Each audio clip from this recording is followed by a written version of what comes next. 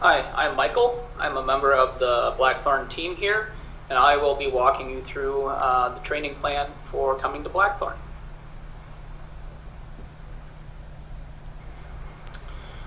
This is just an overview of what the whole plan is going to cover. We're going to break it down into the future and development of what you want to get out of here at Blackthorne, and we'll set some goals on what areas you'd like to explore, based on what interests you have. Then we will dive into our first module, which I call the basics, and you will get some background information about Blackthorne, some of the standard language we use, one-on-one information, just the basics on what you need to know. Module 2 will dive into the actual work, so the data collection, different algorithms, the math behind things, and then we'll transition into Module 3, which is the model itself. How models are developed, different Blackthorne toolboxes, different channels of testing these models, and then we'll actually look at a model that I developed.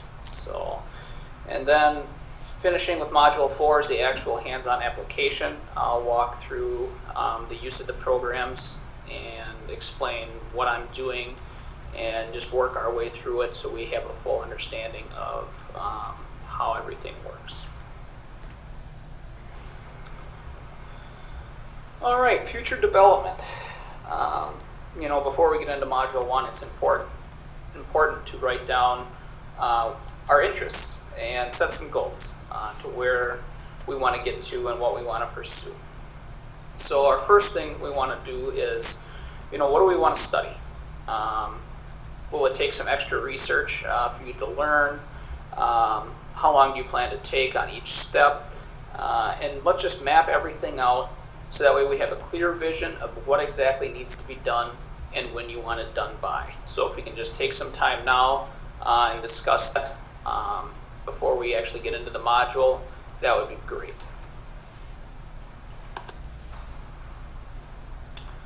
All right, Module 1, the basics. We're going to discuss what is Blackthorne, what's the history behind it, the different Blackthorne toolboxes, and just some basic trading information that you may or may not know. I would like to cover it anyways. A lot of times people come from many different backgrounds, and it's best to cover something than not be able to understand it and just skip it altogether.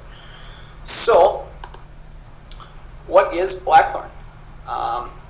Blackthorne is really a platform for developing, researching, and deploying commercial level algorithms for trading futures contracts. Algorithms can be used for many different financial instruments. In this case, Blackthorne would just like to focus on futures markets. It was founded in 2010 by both Patrick Monahan and Peter Layton, which you will see around the office once you come in. You may have already met them, I'm not sure. And it is broken down into really 3 different departments. We have analytics, systems, and capital. The analytics department is, the main focus is researching markets, finding patterns, things like that, where systems is where a lot of the developers are focused, and they're engineering the tools that we are using. In the end, we may not be using them completely now, but in a year or two, we should have full capability of the third-party softwares that we will be exploring throughout these modules. And finally, capital. They are what is creating the wealth. They are actually executing the trades and monitoring our profit and losses and making sure that we're well diversified and giving us requirements on what our algorithms need to incorporate.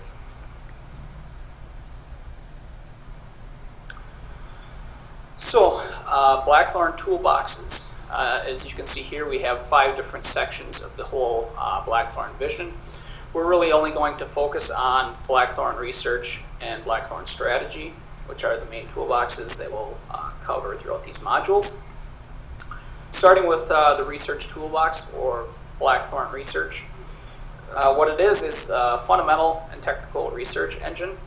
that extracts and warehouses different market patterns, and we can use that, on really anything that you can dream up. You can create it and test it yourself within that toolbox. The strategy toolbox, otherwise known as Blackthorne strategy, it uses finite state machines, which is much like those in traffic lights. We may want to do some research on that to fully understand that, but it's a very easy way to facilitate testing of different models that we create using the research toolbox. And we use a drag and drop method to create entry and exit logic for backtesting, so we understand and are able to see the results of the models that we develop. Blackthorne deploy, what it is it's linked to a database, and it deploys signals, and it's told when to execute trades. That's further down the line. Right now we're not going to focus on that. The Blackthorne Ops Console is a GUI, or graphical user interface, that is used for managing the system and the application. Again, that comes later on the road. And finally, the Blackthorne Cube. It's an animated 3D GUI for real-time tactical modeling. It can be used for historical data as well. That is fine. We'll be exposed to this in time. I don't want to get too much into it now, but it's very cool. We can go through some examples with it, and if you go to the Blackthorne website, on the very home page there, the very first page, there will be a small video of a preliminary cube.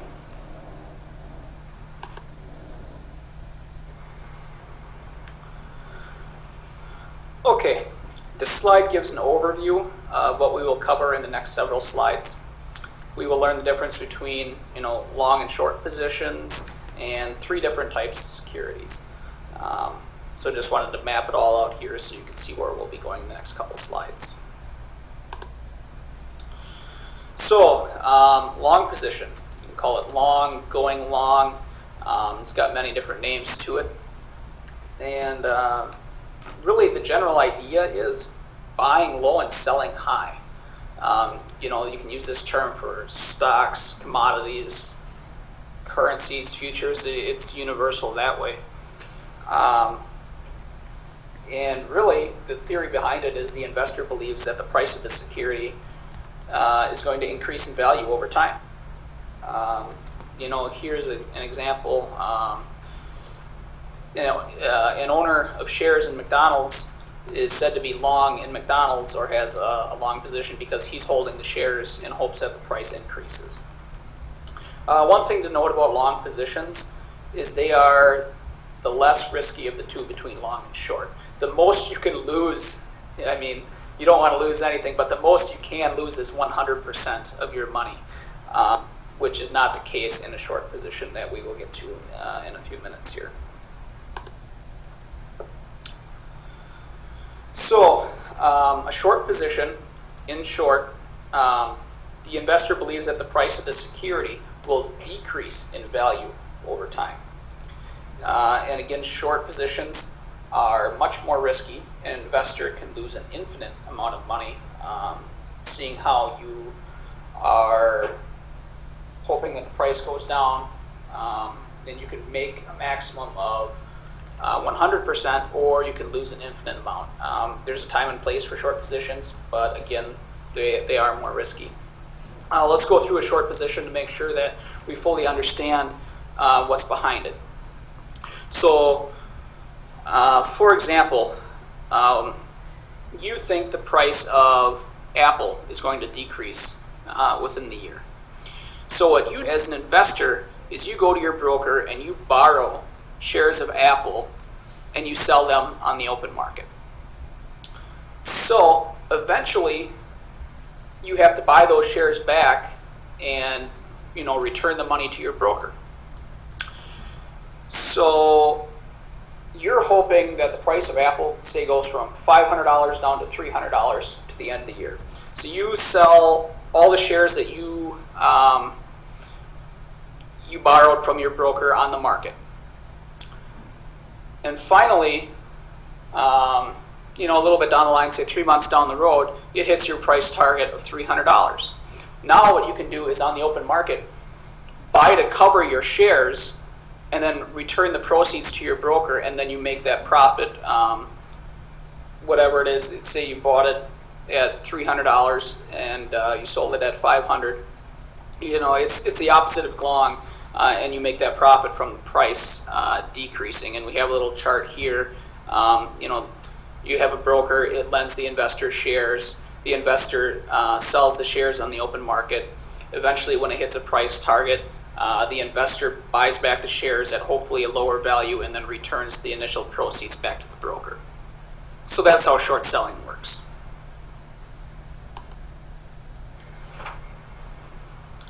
Okay, here we have 3 or 4 main order types. There's many more than this. These are just the main ones that I feel that you really need to know. We have market orders. So it's an order to buy or sell a security immediately. Guaranteed order execution, but it does not guarantee a certain price. If you want to buy a share of Apple right now and it's at 510 cents a share, you may get it at 510 cents a share, or you may get it at 525 cents a share. There's no guaranteed price there. You're going to pay what the first person that is willing to sell it wants for it. Next, limit order. In order to buy or sell a security at a specific price better, you use a limit order. For example, you want to buy shares of ABC stock for no more than $10. You place a limit order at $10, and the execution will only happen if the price is $10 or less. That way, it protects you from overpaying for a security that tends to happen in market orders. A sell stop order. In order to sell, once the price reaches a specified level, this is more than likely used in damage control or risk control. Mainly, you don't want to, say you put an investment, you invest in ABC company and you don't want to lose more than 5%. Well, then you set your sell stop order at 5% below your purchase price, and that's mainly what that's used for. And they have buy stop orders, which at a specific price that will trigger entering a position to allow the investor to catch trends. And it's mainly you want to get in before the stock explodes or has a breakout. That's the main idea here. Okay, futures. So a future is a contractual agreement, whether or not it's to buy or to sell, it depends, on a particular commodity or a financial instrument. It can be corn, gold, silver, wheat, different currencies at a predetermined price in the future. So futures contracts, they give you the quality of the material, how much of the underlying asset is there in the contract, and they're all standardized to create ease of trading.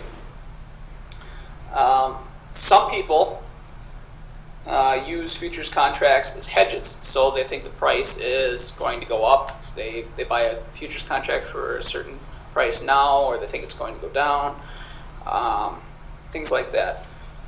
Others use futures contracts to actually acquire the raw commodity. Companies such as Cargill or Kellogg's that actually want to buy corn to use it in their manufacturing processes.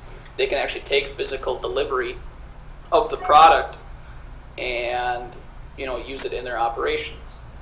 And then others are just speculators and are settled in cash before physical delivery actually takes place. The next slide will play a video explaining more of futures contracts on a lower level here.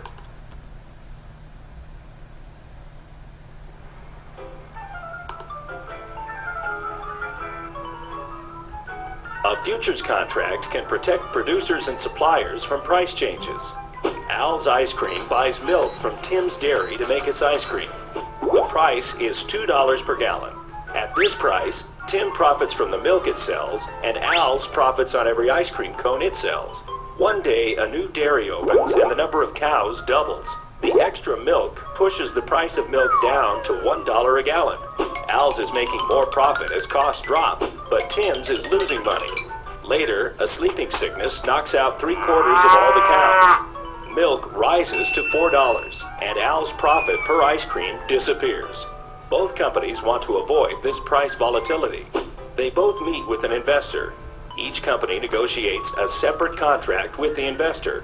For Tim's Dairy, the contract states that if the price of milk goes below $2, the investor agrees to pay the difference to Tim's. If the price goes above $2, the investor gets to keep the profits. Al's contract with the investor works the opposite way. If the price of milk goes above $2, the investor pays the extra money, and Al's gets milk at a predictable $2. If the price dips below $2, Al still pays $2, and the investor collects the profits. By locking in the price of milk, a futures contract allows both Al's and Tim's to transfer their potential risks and rewards onto the investor.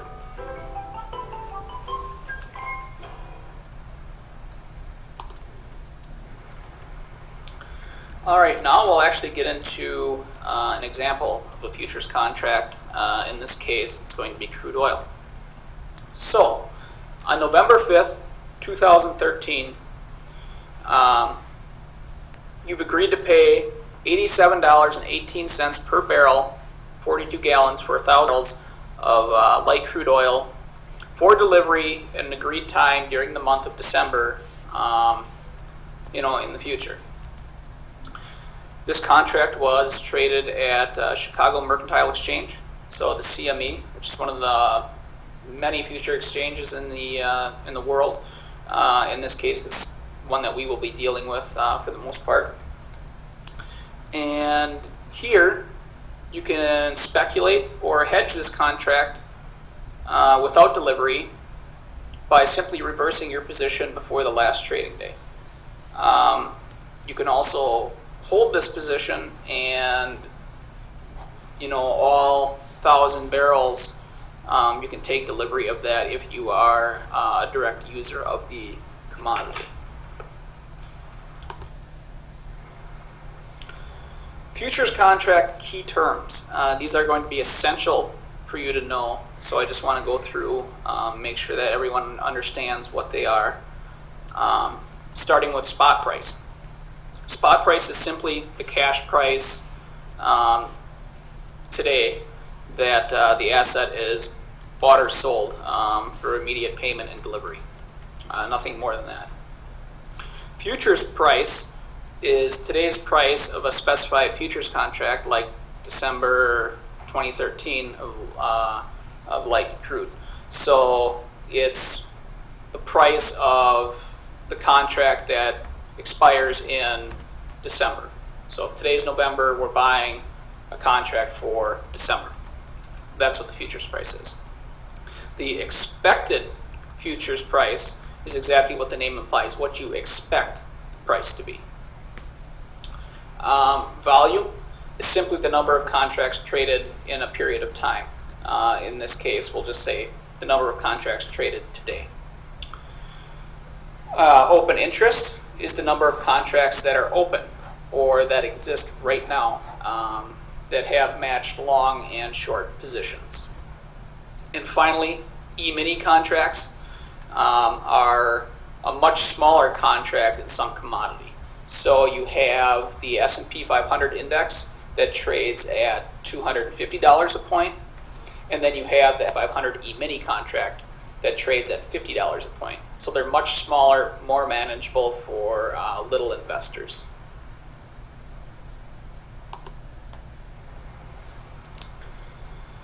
So here is some sample CME futures contracts.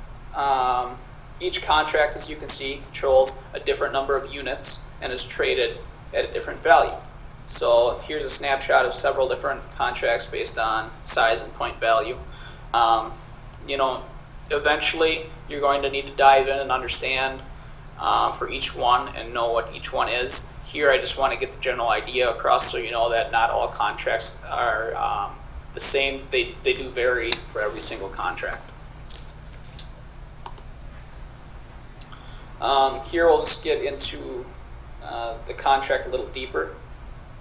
So, what we're looking at is light sweet crude oil. And as we discussed earlier, the contract size is 1,000 barrels or equivalent to 42,000 gallons. We're pricing this in the unit of dollars per barrel. And I believe if we look at the light sweet crude from the previous slide, it was at $95 per barrel. But for the futures contract, the minimum tick is 1 cent. So if it goes up to 95.01, that 1 cent move is really $10. So for every 1 cent move in the contract, we are moving up or down at $10. Looking at the exchange, this is traded on the CME Group, Chicago Mercantile Exchange, like we discussed earlier. Now we'll get into margins. The next slide will actually go deeper into margins. Here I just state the initial margin values. We will carry that over into the next slide right now. So the margin requirements and leverage for futures. We have initial margin, which is what you must have in your account before you start. It's the amount of cash per contract, each individual contract, that you must have before you begin to trade. In this case, it's just over $5,000. Maintenance margin, however, is what you must maintain in your account, else you will be notified to add more money, and by the end of the day, if you haven't, your broker will liquidate your position. So in this case, we must have $3,750 in our account always. Otherwise, we'll get into some trouble. You never want to have a margin call. In this case, we're going to assume we always have maintenance margins, so we're not going to have an issue with that. Next, leverage is how much more the contract is worth than what you're using to trade it. Just simple math, it's the value of the contract divided by the initial margin. So let's say it's trading at $87.18. We multiply that by 1,000, which is the number of barrels. And then we'll divide that by our initial margin. And our leverage is 17.22 to 1. So we have very high leverage here. And again, each penny move, or tick size as we call it, in the price of oil affects the margin account by $10. So as you can see, you can lose much of your maintenance margin very quickly, and you have to keep an eye on that. I guess you can gain a lot too. It's just something that you have to keep a close eye on and monitor as you go.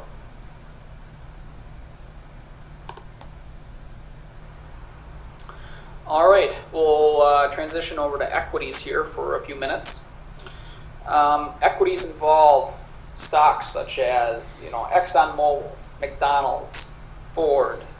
There's thousands, and really it's just an instrument that signifies an ownership position in a corporation. It represents a claim on its proportionate share of the corporation's assets and profits. We have a video here that will go through it a little more in depth in case you aren't exactly sure what an equity is.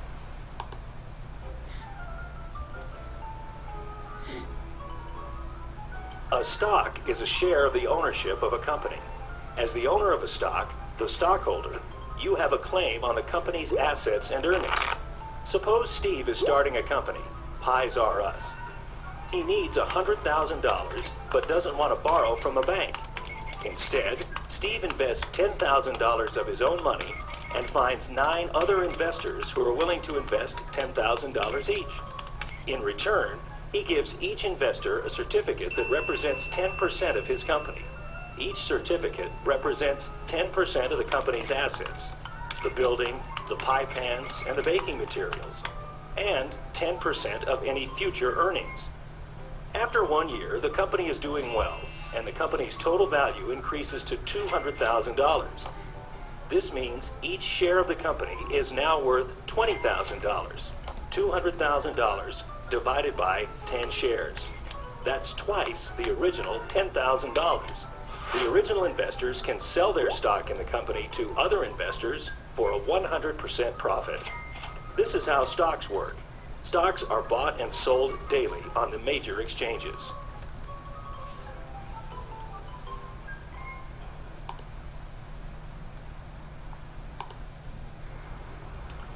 Okay. Next, we will discuss what an option is. And in general, options are a financial derivative that represents a contract specifying the number of shares. Normally it's 100 shares for stocks sold by one party, which is called the option writer, to another party, which is the option holder. And the contract offers the buyer the right, not the obligation, the right to buy what's called call or sell what's called put, a security or other financial asset at an agreed upon price, what we call the strike price, during a certain period of time or a specific date, what we call the exercise date. Now, call options give the option to buy at a certain price. So in this case, the individual doing that is expecting the price of the stock or security to go up. Put options are the option to sell at a certain price. So the buyer would want the stock to go down.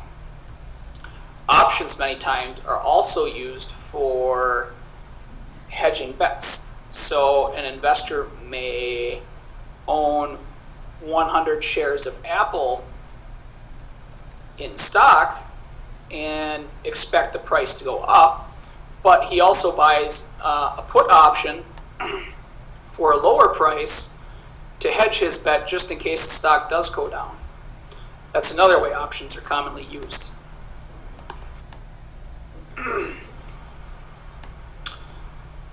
Here we will just go through Investopedia on what the call option is.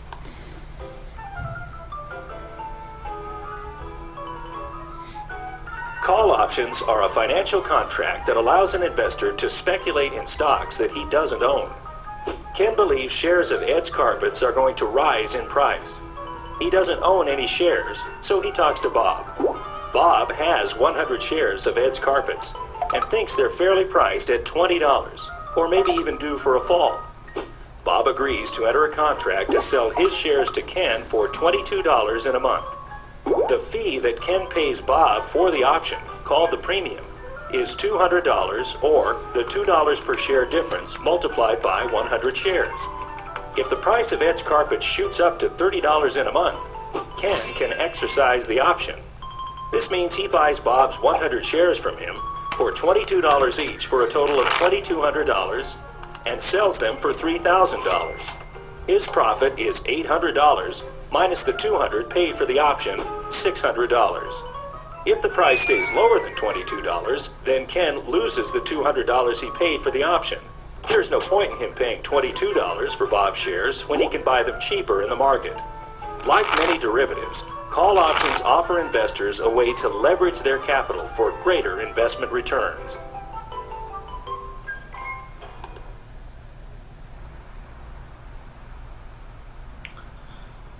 Next, we're just going to talk a little bit about the difference between fundamental and technical analysis.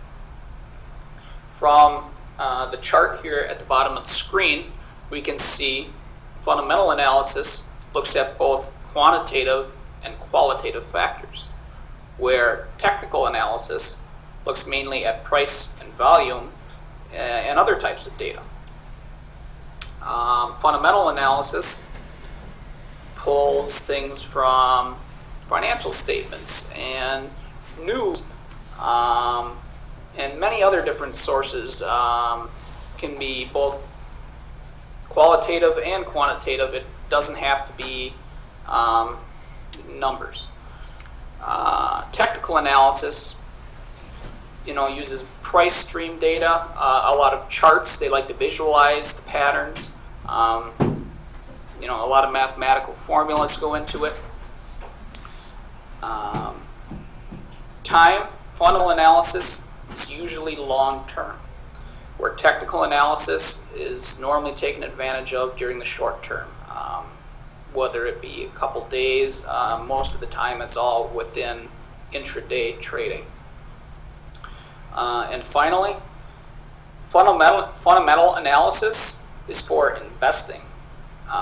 Long term, it can be months, even up to a year, where technical analysis term trading, like I said, it can be used intraday.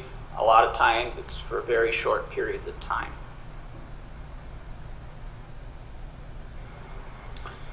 Diving into fundamental analysis, it attempts to measure the intrinsic value by examining economic, financial, and other factors.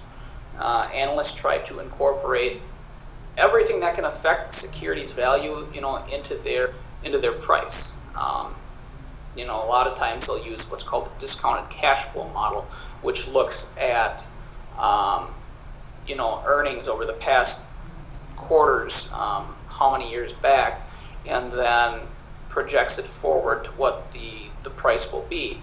And you can change a discount rate based on news articles, economic factors, and things like that. And in the end, they will derive buy, hold, or sell conclusion.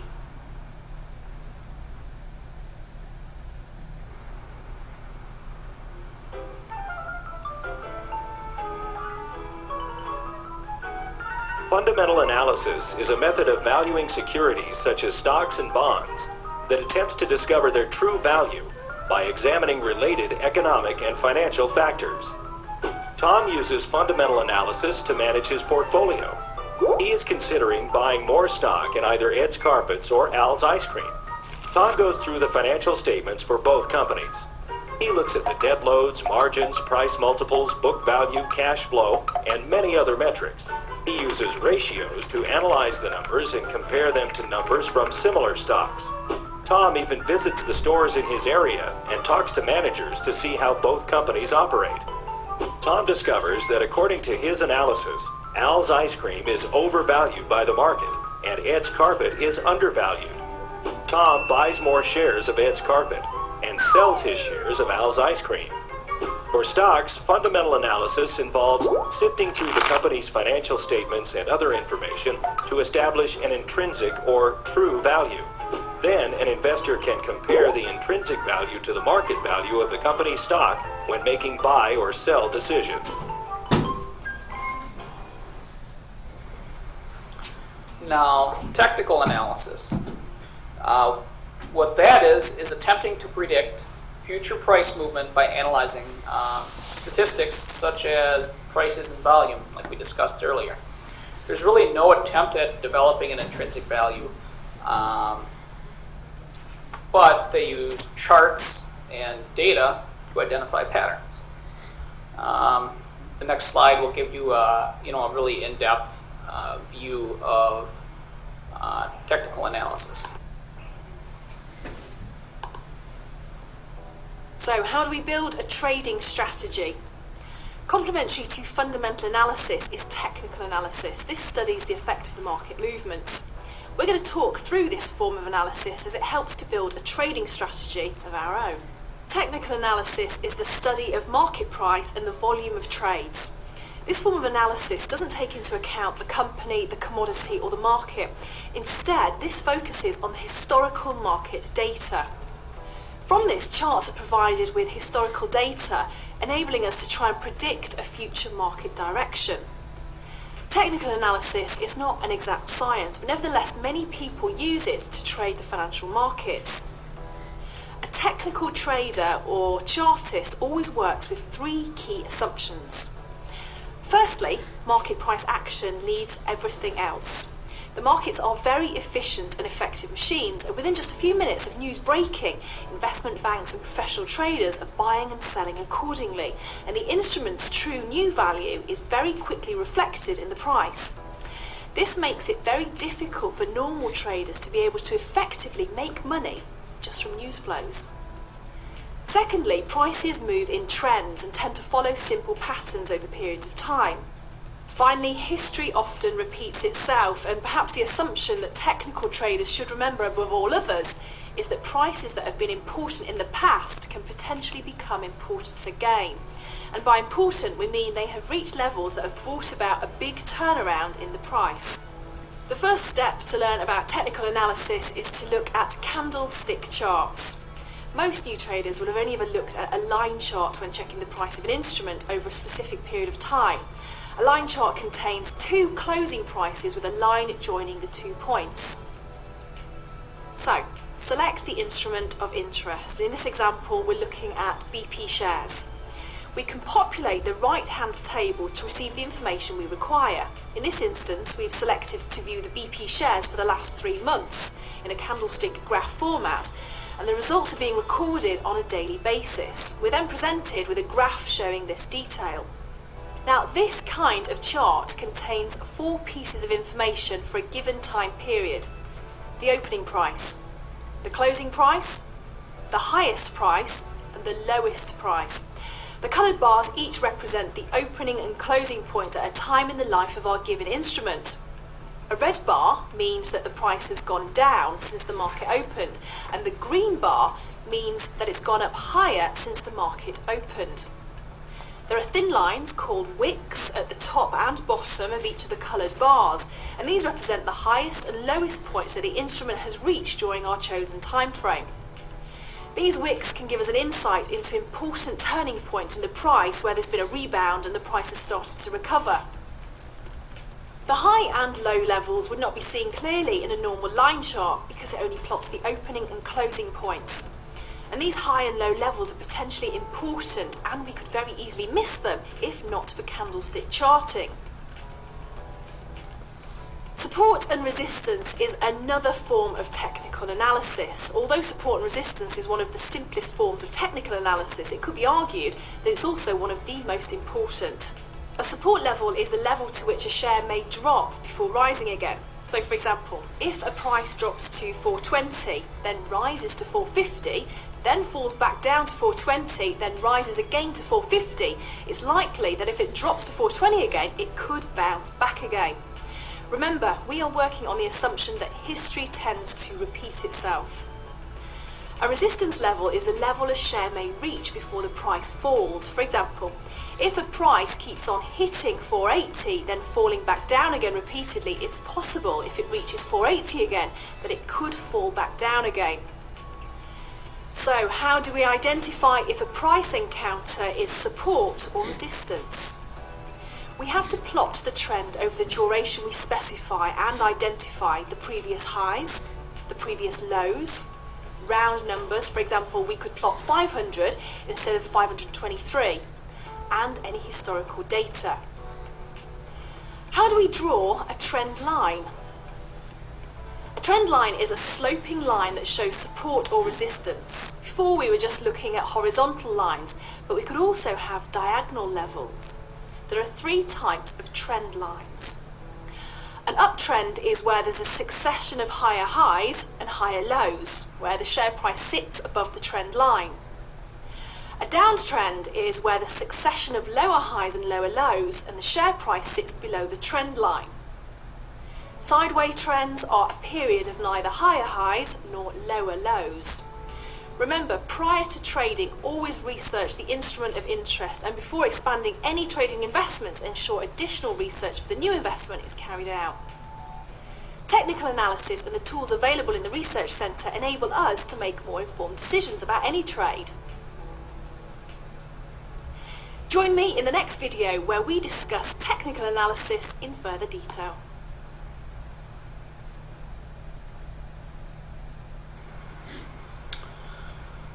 right, now that we have a more in-depth understanding of technical analysis, this slide provides an overview of different technical indicators and splits them up into leading and lagging indicators. So let's just define what a leading and lagging indicator is. Leading indicators are indicators that begin to change before the price begins to change. It helps in prediction on what's going to happen. Where lagging indicators are indicators that change while or after the price begins to change, are often used for confirmation that a certain trend is happening. Types of leading indicators include some momentum indicators here, momentum oscillators, that are known as the relative strength index and the commodity channel index. Lagging indicators include the moving average, the crossover, and the Bollinger Bands. These are just few of many that are out, but these are just basic ones that I feel that you should understand and be able to use every day. So the relative strength index, or the RSI, is a technical momentum indicator. It compares the magnitude of recent gains to recent losses to determine areas where the price seems to be overbought or oversold. It ranges from 0 to 100, so it's bounded, and the asset is overbought when it approaches a level of 70, meaning that the price is likely getting overvalued and more than likely there is room for a pullback. If the RSI approaches a value of 30, that's a good indication that the asset is becoming oversold and is undervalued and may increase in price. This is one way to read the RSI. Next, the commodity channel index. Somewhat similar to the RSI. It's a momentum oscillator, except it's not bounded. It used to be just used in the commodities markets, but then it was found that it worked in many different markets, so people took it and went with it. What the CCI does is it measures the current price level relative to an average over a selected period of time. You can choose that, it's all user defined. And the CCI is high when prices are far above their average, and it's low when the prices are below their average. And again, this can be used to identify both over and oversold levels. Many times the case is when the RSI is, or when the CCI is greater than 100, it's considered overbought. And when the CCI is less than negative 100, it is considered to be oversold. Like I said, the values are unbounded, so they can range much further than that positive and negative 100, but these are just threshold. Again, the user can fine-tune them to however they see fit. Next is a moving average. This is one of the most basic lagging indicators out there. And, it's frequently used, and what it does is it's showing an average value of a security's price over a set period of time. And they generally measure how strong the momentum is. They can also look for areas of support and areas of resistance. If a price breaks through a line that's a support line, that could say that the price is going to trend downward. Or if it breaks through a support line, that could say, hey, we're going for an upward ride.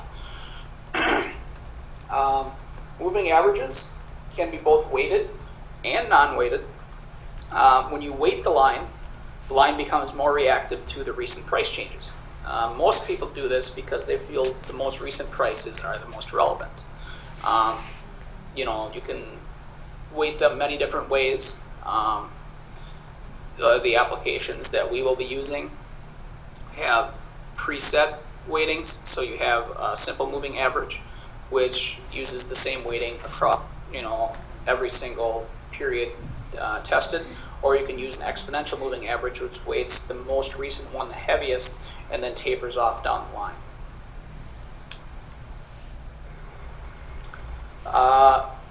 Moving average crossover is when a faster moving average crosses either above or below a slower moving average. You can have bullish crossovers and you can have bearish crossovers. Obviously, when the slow moving average crosses over, or when the fast moving average crosses over the slow moving average, that's a bullish sign. When the slow moving average is above fast moving average, that's a bearish sign. On our graph to the left bottom, it shows how different weightings and period lookbacks can affect averages, when the crossover will occur, and trying to find exactly what your model needs can be tricky. This is just an example of how small changes to your line can have a great effect. And again, on the right hand side is just an example of buying and selling a crossover.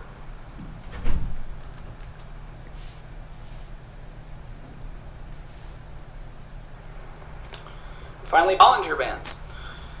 A Bollinger Band consists of normally a 20-period exponential moving average. The user can make it however long they want, and they can even use a simple moving average. Standard is 20-period exponential moving average. And it also has thresholds. So 2 standard deviations above the exponential moving average and 2 standard deviations below the exponential moving average is that threshold. And normally when the price deviates from that, you can generate signals from there. This concludes our first module here. Again, if you have any questions, please ask. Go through this. Again, you should have a copy of the presentation here, and make notes, study it, make sure you understand all the basics here, and we will transition into module 2. Thank you.